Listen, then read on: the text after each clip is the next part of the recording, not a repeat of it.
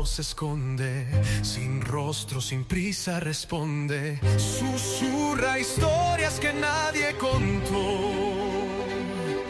secretos del viento, del sueño y del sol.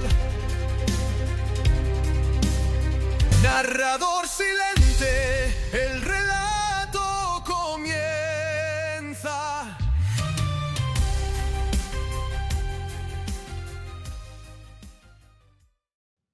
Buenos días, buenas tardes, buenas noches, de donde nos estén escuchando. Es un gusto tenerlos de vuelta en este podcast llamado Narrador Silente. Esta es la parte número 13 de una novela que venimos leyendo llamada La Paz de los Sepulcros. Novela escrita y publicada en 1995 por el autor Jorge Volpi. Volpi no quería una novela para entretener, quería una novela que hiciera pensar sobre el poder, la verdad, el miedo y la complicidad. La Paz de los Sepulcros es una especie de radiografía moral del México moderno, disfrazada de thriller, psicológico y un poco policíaco. Sin más, ¿les parece si comenzamos? Vivimos como si fuéramos eternos, pero solo somos instantes. Parte 13. A lo largo de todos estos años, de tantos y tantos puestos, de ver subir y bajar a la gente, solo he descubierto una ley infalible. ¿Por qué diablos había aparecido mi padre después de años de no hablarme, cuando ni siquiera en Navidad o en nuestros cumpleaños nos llamábamos? Cuando evitábamos encontrarnos en reuniones familiares, sabiendo que a ambos nos detestábamos? De la misma manera, porque cada uno, a su modo, era la representación exacta de lo que el otro había querido para sí y nunca había logrado. Sin excepciones. La muerte de mi madre había terminado por distanciarnos completamente. Antes al menos coincidíamos en el hospital, mientras ella sufría su larga y demorada agonía. Éramos como dos extraños. Él siempre preocupado en complacer a su jefe en turno con toda clase de atenciones, y nosotros, mi hermana, mi madre y yo, aguardando inútilmente su arribo. Al salir a la escuela por las mañanas, él aún no se levantaba, y cuando él llegaba por la noche, nosotros ya estábamos dormidos. Él obsesionado con el trabajo, del cual no parecía cansarse jamás, aunque nadie reconociese sus méritos, y nosotros solos, sin obtener de su bondad otra cosa que el dinero que nos llegaba desde lejos, como si viviese en otro lugar, en otro país o en otro continente. En política, según su particular concepción de la vida, en todos los ámbitos, en la familia y en la oficina, en los deportes y con los amigos, la injusticia es invariablemente la campeona. Nunca se reconoce el verdadero esfuerzo, nunca se premia a quienes lo merecen. Así lo sintió también cuando por fin mi madre se decidió a dejarlo. El pobre nunca alcanzó a entender las razones de ella. Se le hacía una locura, una torpeza. Él era bueno, inmensamente bueno, y su esposa no podía hacerle eso. Él siempre había cumplido con sus obligaciones, o que no, sin serle infiel ni nada por el estilo. Entonces, ¿por qué lo abandonaba? ¿Por qué lo abandonábamos? Siempre ganan los malos. ¿Mi padre dándome un consejo después de tantos años? ¿De tanta ausencia? ¿Sería la vejez la que lo hacía arrepentirse? Esta actitud no iba con su carácter. Más bien, como en todos sus actos, pensó que era su obligación venir a decírmelo. Decirme que me cuidara y que estuviera prevenido. Su modo disculparse por la distancia, suplantándole ahora con una protección que me brindaba sin necesidad de comprometerme. Y para ello, me hablaba de lo único que sabía, de lo único que le constaba, porque en ello había derrochado su existencia. En política siempre ganan los malos. Los buenos no. A eso se los lleva la chingada. Siempre. Pobrecitos miserables que piensan redimir al mundo, que el país puede mejorarse desde adentro del sistema, que se sienten patriotas y comprometidos con los problemas de los demás, de los desprotegidos, de los menesterosos, pobres ilusos. Esos invariablemente pierden. No tienen la menor oportunidad de triunfar en el interior de un mundo que se rige con otras leyes, con una sola y permanente norma: la fuerza. Y venía a decírmelo en el momento de mayor esplendor y paz y armonía de nuestro país, cuando al fin nos encontrábamos con la democracia, cuando la transición había sido pacífica y todos, el 74% de la población que votó en ese sentido al menos, estaban contentos con el desempeño limpio y honesto del presidente del billar. Y me lo decía a mí, que soy un sucio amarillista. Así me llamó en una ocasión, el que en cambio representaba el prototipo del hombre del sistema, la base de la pirámide que sostenía a la nación desde hace ya 40 años. El poder corrompe, y el poder absoluto corrompe absolutamente. ¿Era necesario utilizar más lugares comunes? Siempre. Como si me leyeran el pensamiento, volvieron a tocar la puerta. Era un chiquillo que apenas podía divisarse detrás de un inmenso ramo de flores. «Esto es para usted», dijo con la respiración entrecortada. Le di unos pesos y se retiró mientras yo abría el sobrecito. Una carta con el escudo del Ministerio del Interior, el cargo tachado con pluma.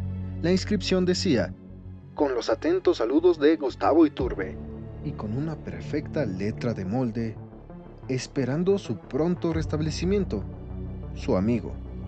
Sin excepciones, en política siempre ganan los malos. Desde luego, en ese momento tomé la decisión. No tuve necesidad de pensarlo mucho, ni de medir las consecuencias. Era una especie de intuición, una fuerza que vino de mi interior y a la cual no podía sustraerme. Me vencía a mí mismo, como si acaso con... y darme cuenta sin verlo, vislumbrar el futuro, como si me jugase toda mi fortuna en una sola carta que ahora, por propia voluntad, ponía en movimiento. Solo actuando podría darme cuenta de la magnitud de las fuerzas que se habían desatado desde los homicidios de Nacho y el ministro de Justicia. Solo así podría saber hasta dónde yo iba siguiendo la pista correcta, hasta dónde había involucrado en los acontecimientos, y de qué modo mi actual estado físico, los golpes y los rasguños, aún así se manifestaban en los diversos tonos de mi piel, dependía de mis investigaciones. Era una forma de probarme, de tentar a los demás actores de la contienda, de indicarles, fueran quienes fuesen, cuáles eran mis ventajas. Tomé una hoja de papel y anoté el título de mi siguiente colaboración para Tribuna del Escándalo. Después de publicarla, ya solo me restaría esperar. Secta satánica involucrada en el asesinato del ministro Ignacio Santillán, presunto miembro de Adoradores de la Muerte. La casa de Joaquín Mercado es amplia. A lo largo de sus 2 pisos se apiñan numerosos cuartos y salas art deco, con infinidad de adornos, tibores y esculturas, remates y celosías, figurines y cuadros. Todo excepto espejos, que la hace parecer una especie de museo o colección privada. No siempre del mejor gusto, cuya característica principal es agrupar objetos raros, antiguos y decididamente inútiles. Las alfombras y los tapetes persas se extienden en cada recámara. La madera rojiza forra los muros en los que hay incrustadas decenas de vitrinas y aparadores donde se descansan las meticulosas colecciones del empresario. Una de muñequitas de plomo, todas desnudas y pintadas a mano, y otra de pequeñas reproducciones de pinturas famosas, en pequeños platitos de porcelana, hechos bajo pedido, desde la Gioconda hasta Orozco. Hay también lámparas de pie y candiles, mesas cómodas y sillas de diseños caprichosos y extravagantes, como la personalidad de su dueño. Y al final de la casa, un gran jardín de fresnos que rodean una pequeña fuente de cantera rosa y una cabañita íntima al fondo. Mercado es el principal accionista y gerente general del Consejo de Administración de Industrias Mercasa S.A.D.S.B., el gigantesco consorcio que maneja, entre otras cosas, la concesionaria que se encarga del servicio nocturno de limpia y de los productos alimenticios Bolín, en cuyo catálogo destacan los dulces de almendra y chocolates rellenos de acitrón, algunas botanas y otras golosinas. Nuestra empresa es endulzarte la vida, reza el lema de Industrias Mercasa en las fachadas de cada una de sus instalaciones en Guadalajara, Saltillo y Toluca. Mercado es viudo. Su esposa Margarita Lagarde murió de leucemia hace 5 años, padre de 5 hijos y abuelo de 8 nietos. Solo la hija menor Sofía permanece soltera. Es decididamente un empresario, un padre y un jefe ejemplar. Así lo describen sus familiares, sus amigos y sus empleados, constantemente beneficiados por sus desplantes de generosidad. Tiene 58 años, practica natación y tiro al blanco, y se le nota vigoroso como un toro. Ya quisiéramos nosotros la energía que él posee, dice siempre Jorgito, el mayor de sus nietos. Mercado está ahora sentado en su despacho, detrás de su escritorio de caoba, y bajo la luz de una lámpara dorada con pantalla de obsidiana. Escribe una carta a uno de sus incontables amigos. Los tiene en todos los medios, el gobierno y los sindicatos, los intelectuales y los artistas de la televisión. Cuando un sirviente lo interrumpe, ¿lo pusiste en la salita 1? Le pregunta Mercado al anacrónico mayordomo. Sí, señor. Ofrécele lo de siempre. El sirviente se retira y Mercado vuelve a concentrarse. Con parsimonía cierra la pluma, dobla el papel y mete todo en un cajón. Después, abre la puertecita que lo separa de la salita 1 y hace pasar a su invitado. Mi querido Luciano, pero qué gusto que vengas a tu casa. Siéntate. ¿Quieres otra copa? No, gracias, Joaquín. Ah, qué ministro, siempre trabajando, ¿verdad? Ya sabes. Pues sí, mano. ¿En qué puedo servirte? ¿Qué era tan urgente? Voy a tener que pedirte otro favor, le dice el ministro. Una pequeña molestia. ¿De qué se trata? Del periodista que tus amigos golpearon la otra semana, Agustín Oropesa. ¿El de panfleto del escándalo? ¿Tribuna o cómo se llama? Yo no di la orden. Ya te dije que los guaruras actuaron por cuenta propia. ¿Viste el artículo que publicó esta semana? El ministro se saca de la bolsa del saco un juego de copias fotostáticas dobladas como servilletas y se las entrega al otro. Mercado las va leyendo poco a poco. Su rostro se desencaja con una carcajada. ¿Quién le daría esta información? Eso es lo de menos. Yo creo que está tanteando.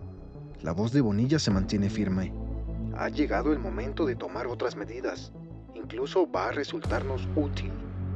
Lo siento, Luciano. Yo ya no quiero meterme en estas cosas. Estás metido hasta el cuello, Joaquín. Y eso desde que decidiste apoyar a Navarro. Ahora Bonilla trata de parecer sutil. Ahora no estás en la posición de negociar conmigo. Mercado da vueltas nerviosas a lo largo de la pequeña habitación. ¿Qué quieres? Dice. Te explico. Continúa el ministro de Hacienda imperturbable. Ah, por cierto, no vuelvas a hacerme esperar cuando venga a verte. Ya no son los tiempos en que Alberto Navarro te protegía. La primera reacción llegó, como suele suceder, de donde menos lo hubiese imaginado. Había encontrado muchas reticencias de parte del editor de Tribuna del Escándalo, pero me debía demasiados favores, y yo sabía demasiadas cosas sobre él, así que terminó cediéndome un espacio para el artículo, aunque supuso que lo escrito por mí iba a molestar a más de un alto funcionario. No considero que el suceso llegase a mayores consecuencias. No se trataba más que de una nota amarillista entre miles, aparecida en uno de los incontables tabloides similares que circulaban diario en el país. La edición se vendió muy bien.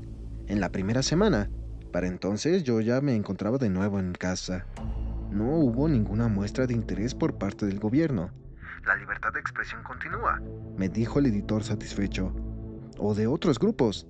Tal vez la golpiza había sido un escarmiento por adelantado. A la segunda semana, sin noticias, fui yo el que empezó a impacientarse, como hacen muchos colegas. Mi reportaje había sido escrito tratando de encontrar destinatarios específicos, los escasos lectores que tendrían elementos suficientes para interpretar lo que yo narraba, y que sin duda estarían interesados en hacérmelo saber, bien para colaborar conmigo, o más seguramente para amedrentarme de nuevo, que era justo lo que yo quería, reconocerlos, saber contra quiénes luchaba. Sin embargo, el silencio se prolongó. Ningún indicio de unos u otros. Me habían ignorado a pesar del revuelo que, al menos entre los lectores de Tribuna del Escándalo, que no son pocos, se había desatado. No obstante, como he dicho, las reacciones vienen de donde uno menos las espera. Una noche me encontraba en casa convaleciente, es decir, acostado en la cama entre frituras y Coca-Colas, viendo el programa de Belinda, que en esa ocasión trataba de hombres que han engañado a sus esposas con sus suegras. Cuando sonó el timbre, me levanté a abrir, sin siquiera ponerme una bata. Estaba en pijama y descalzo, y lo primero que vi fue un rostro blanquísimo, con nariz enrojecida y enormes ojeras azulosas. Era José María Reyes, el payaso, en persona, con su disfraz. Me sonrió con la sonrisa diabólica y estúpida que tienen todos los payasos, y se limitó a decirme, acompáñame.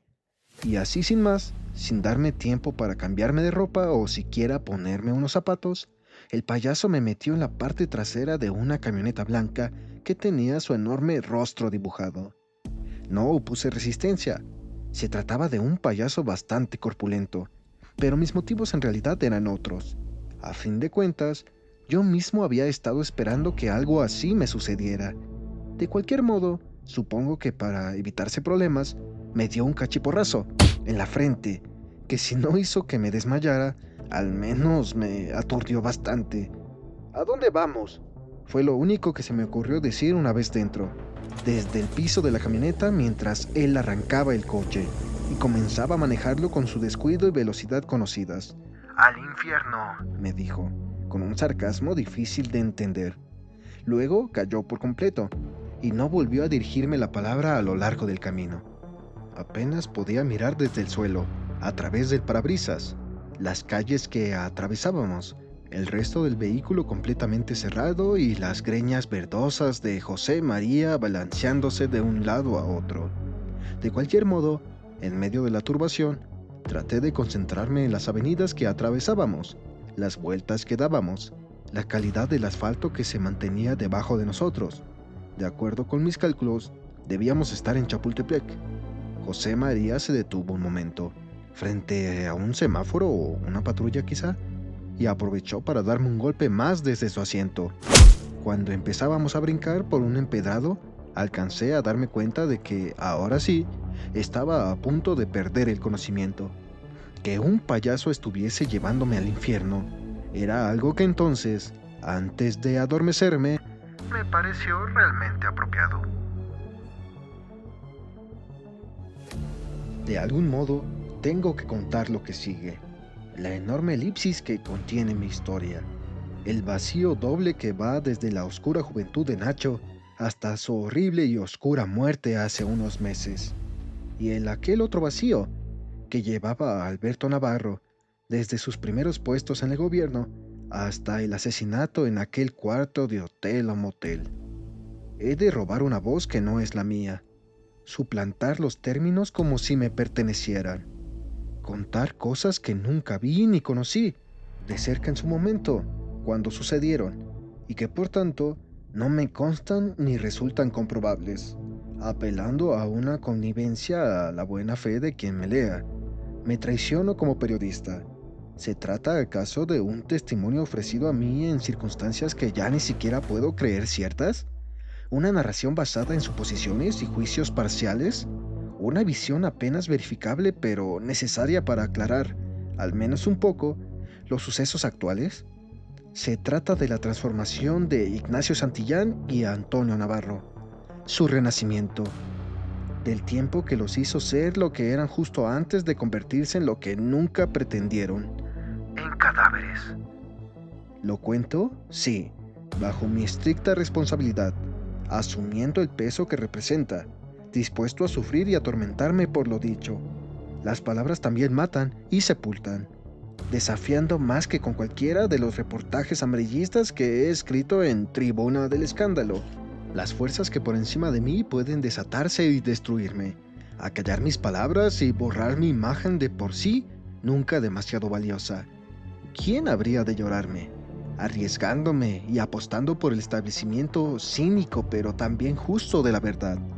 La vida de Nacho, es cierto, Parecía remitirse a un solo y único tema que lo había obsesionado desde niño: la lucha, colisión o armonía entre la luz y la oscuridad.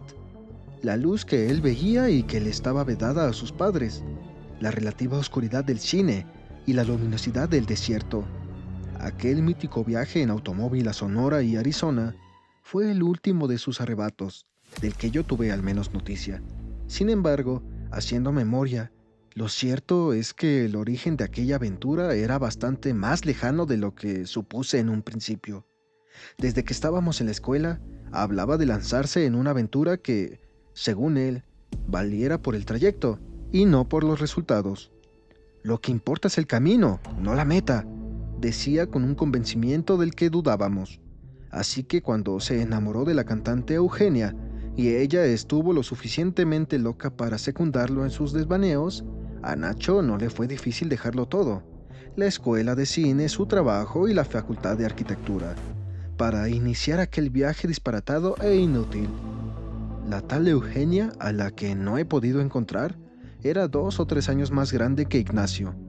Él la conoció en un bar. Lo fascinó su rasposa interpretación de aquellos ojos verdes. Apostó con el amigo que lo acompañaba entonces a que la conquistaría. Se levantó y en medio del escenario se arrodilló frente a la efímera diva y le declaró su amor. Supongo que a Eugenia, una muchacha de temperamento extraño, introvertida y ruda, de una espinosa ambivalencia sexual, el gesto se le hizo lo suficientemente estúpido como para acceder a tomar una copa con su patético enamorado. La cantante era aún más interesante. En el vocabulario de Nacho, más rara de lo que él imaginó al oírla. Pertenecía a una familia de clase media. Había estudiado en un colegio de monjas. Esto nos pasa a todas. Y todo su mundo giraba en torno a la cábala, el tarot y la taumaturgia, cuyos dictados seguían al pie de la letra. La semana pasada, Le dijo a Nacho, mi carta fue la rueda de la fortuna, que ahora se presenta aquí contigo. eso bastó, más unas cuantas noches juntos, para que idearan un plan de viaje. Él vendió todas sus cosas, decidió no decírselo a nadie y se compró un Impala azul, viejo, pero en buenas condiciones, para conducirlos a su destino.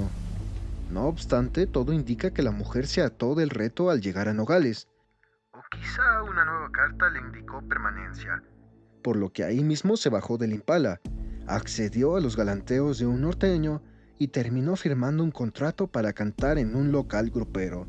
Lo siento, mi vida. Le explicó a Nacho, Los astros me han cambiado. y así fue. Él decidió proseguir el viaje solo. A fin de cuentas, se lo había repetido una y otra vez. Lo que importaba era el trayecto, nada más. Cruzó la frontera, convencido de que iba a traspasar el primer umbral de su camino iniciático, contento de haber escapado de Eugenia. Aquella mujer solo representaba las tentaciones del mundo.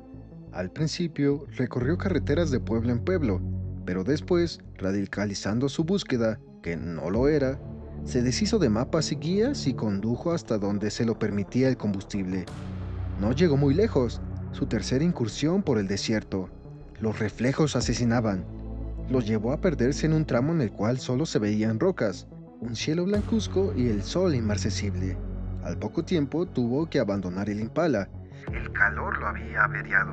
Tomar algunas provisiones y el agua que tenía, no mucha, y emprendió el camino a pie. En esos momentos supe lo que era vivir en medio de la luz. Me quemé, me convertí en otro, me volví ciego como mis padres. Reconoció días después, al despertar en un hospital de Phoenix. Había estado a punto de morir. La insolación, la deshidratación y el cansancio lo derribaron a mitad del camino hasta que, por casualidad, ya en la noche, un solitario conductor lo divisó en medio de la carretera y lo llevó al pueblo más cercano, de donde fue trasladado, todavía inconsciente, al sanatorio en el cual despertó 2 días más tarde. La experiencia fue literalmente deslumbrante para Ignacio, una paradójica forma de iluminación que lo hizo aborrecer la luz como nunca antes y refugiarse a partir de entonces en las sombras. El exceso de calor o luminosidad le producía malestares físicos y psicológicos. Había fracasado. seguiría perteneciendo al territorio de sus padres. A la noche. Había fallado. ¿Acaso solo probado lo que sabía desde el principio? Si quería vivir, debería ser en las tinieblas de sus orígenes. Tras un corto periodo de convalecencia, Nacho regresó a su casa a través de interminables viajes nocturnos, en ferrocarril o en camiones de tercera. No tenía ni un peso. Le escribió a su madre para que le mandara un giro. Era una especie de recorrido inverso que intentaba cancelar al anterior. Los días los pasaba en destartalados moteles y las noches las utilizaba para trasladarse y ganar energías. Cuando al fin llegó a la ciudad, solo una idea tenía en la cabeza: reintegrarse a la penumbra. Mientras tanto, Alberto Navarro al fin había conseguido lo que quería, lo que siempre había deseado, por lo que se había preparado y había trabajado y sufrido durante tantos años. Su sueño, su anhelo cumplido. Ahora era miembro del gabinete del presidente de la República y quien más influía en el anciano presidente del Villar, lo cual lo convertía en uno de sus virtuales sucesores. Alberto poseía una personalidad curiosamente ambigua. Por un lado, cuando decía y predicaba, esta era la palabra que usaban para describir sus discursos quienes trabajaban cerca de él. Estaba siempre referido a una auténtica concepción de la justicia. Nada parecía preocuparle más. Por nada se esforzaba tanto, como por lograr que este ideal se extendiera de un lado a otro del país, sin límites de edad, sexo o condición económica. La limpieza y la honestidad eran sus únicas herramientas, y nadie, luego de su horrenda muerte, dudó de ellas. El ministerio había sido creado para él, con el fin de darle los medios necesarios para llevar a cabo su proyecto. El presidente del Villar reconocía su talento, su eficacia y su coraje, tres virtudes que no dejaba de mencionar al referirse a él. Así, de pronto, la confianza de la nación quedó depositada en este hombre, que ocupaba por primera vez un puesto público. Por otra parte, los actos del nuevo ministro invariablemente estaban revestidos de una convicción política, que lo convertía en un hábil negociador y, sobre todo, en un espléndido constructor de su propia imagen. No es que esto disminuyese sus méritos, simplemente se trataba de reconocer en su carácter, asimismo, talentos que se encontraban escondidos para los demás, incluido quizá el propio del Villar. Su prudencia, su sentido de la oportunidad y su conocimiento de las reacciones de amigos y adversarios. Su colección de insectos se había convertido en una colección de seres humanos, que él clasificaba y ordenaba con idéntica meticulosidad. Y no hay ganas de desacreditarlo con semejantes juicios. El flamante ministro de Justicia inició su gestión reorganizando la administración de su campo, y para ello no dudó en acabar con los lastres del sistema, sin importar componendas, rezagos o el poder acumulado de sus detractores. Con un solo golpe espectacular logró lo que no se había hecho en años: alzarse con la confianza pública para limpiar al sistema de cualquier vestigio de corrupción e ineficacia. Los medios lo perseguían, entonces cada vez con mayor insistencia. Su rostro comenzó a aparecer a diario en televisión, y sus palabras se difundían, la poesía de sus discursos, según sus admiradores, en todos los medios. Ni siquiera el propio presidente del Villar, siempre tan reacio a aparecer en público, poseía la repentina popularidad de Navarro, el académico serio y el funcionario responsable, lemas de campaña del equipo de Del Villar y artífices de la transición democrática. Hallaban su máxima expresión en el rostro oblongo y los anteojos cuadrados, el brazo siempre en movimiento y la mirada impenetrable del ministro. Pronto sucedió que Navarro, tras esa primera victoria, el triunfo sobre la desinformación, quedó protegido como si viviese en el interior de una esfera de cristal. De este modo, afuera a la vista y los oídos de todos, existía una figura, la del ministro de Justicia, la efigie que él había creado consigo mismo, su camino hacia la inmortalidad, cuando no podía suponer que ésta habría de llegarle de manera distinta, como nunca la hubiese deseado.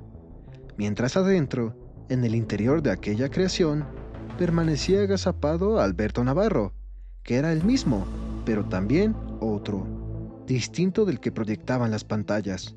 aquel que en verdad se debatía en medio de los círculos del poder que le rodeaban, que meditaba antes de actuar, prediciendo jugadas como en el ajedrez, y que se enfrentaba a los problemas, no el que sonreía en los actos públicos. Poco a poco Alberto se dio cuenta de que estaba rodeado, sin salida. Su meta no era la justicia, sino única y exclusivamente preservar su imagen, que era la imagen del gobierno del presidente del Villar. Si quería servirlo a él y servir al país, si en verdad quería tener posibilidades de sucederlo, esto era lo único que debía hacer. De pronto, ya no importaban los ideales, no los violaba, solo los olvidaba, ni las acciones prácticas, ni los cambios benéficos. Lo que interesaba era únicamente conservar su posición, es decir, sostener al gobierno. Lentamente, como un virus, como un malestar que lo invadía, que se apoderaba de cada uno de sus miembros, de cada célula, hasta dominarlo por completo, su alma. El ministro se dio cuenta de que el poder lo carcomía decididamente, sin que pudiese evitarlo. No se trataba de que se vendiese o de que traicionase sus convicciones. Eso era lo de menos. Sino de que la condición que lo acercaba al poder le exigía trasladarse a un plano distinto, donde la bondad o la esperanza no importaban, donde las decisiones prácticas estaban encaminadas a un único fin, que él debía aceptar si quería permanecer adentro: la conservación de la fuerza. No podía sustraerse. ¿Acaso no se notaba? ¿Acaso nadie más que él lo veía? Pero su vida había empezado a ser otra. Su cuerpo se había transformado o dividido. De día era uno, el funcionario preocupado por el bien común, mientras que por las noches, lo único que le interesaba, como el resto de sus amigos, como a los demás miembros del gabinete, como a todos aquellos que le rodeaban, era alimentarse del poder, ejercerlo, aprisionarlo.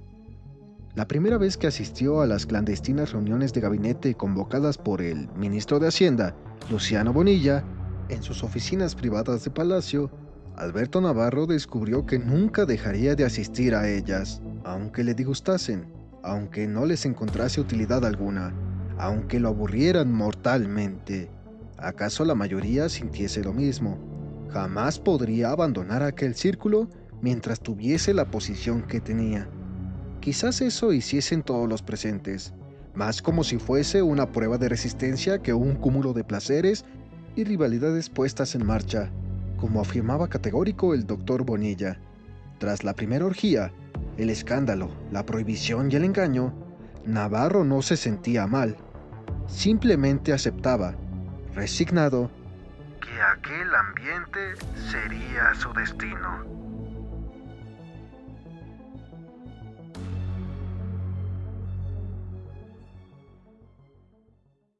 Y así concluimos la parte 13 de esta novela llamada La Paz de los Sepulcros. Te invitamos a escuchar esta historia desde la parte 1. De paso, suscríbete, dale seguir, dale clic a la campanita. No te pierdas de más contenido.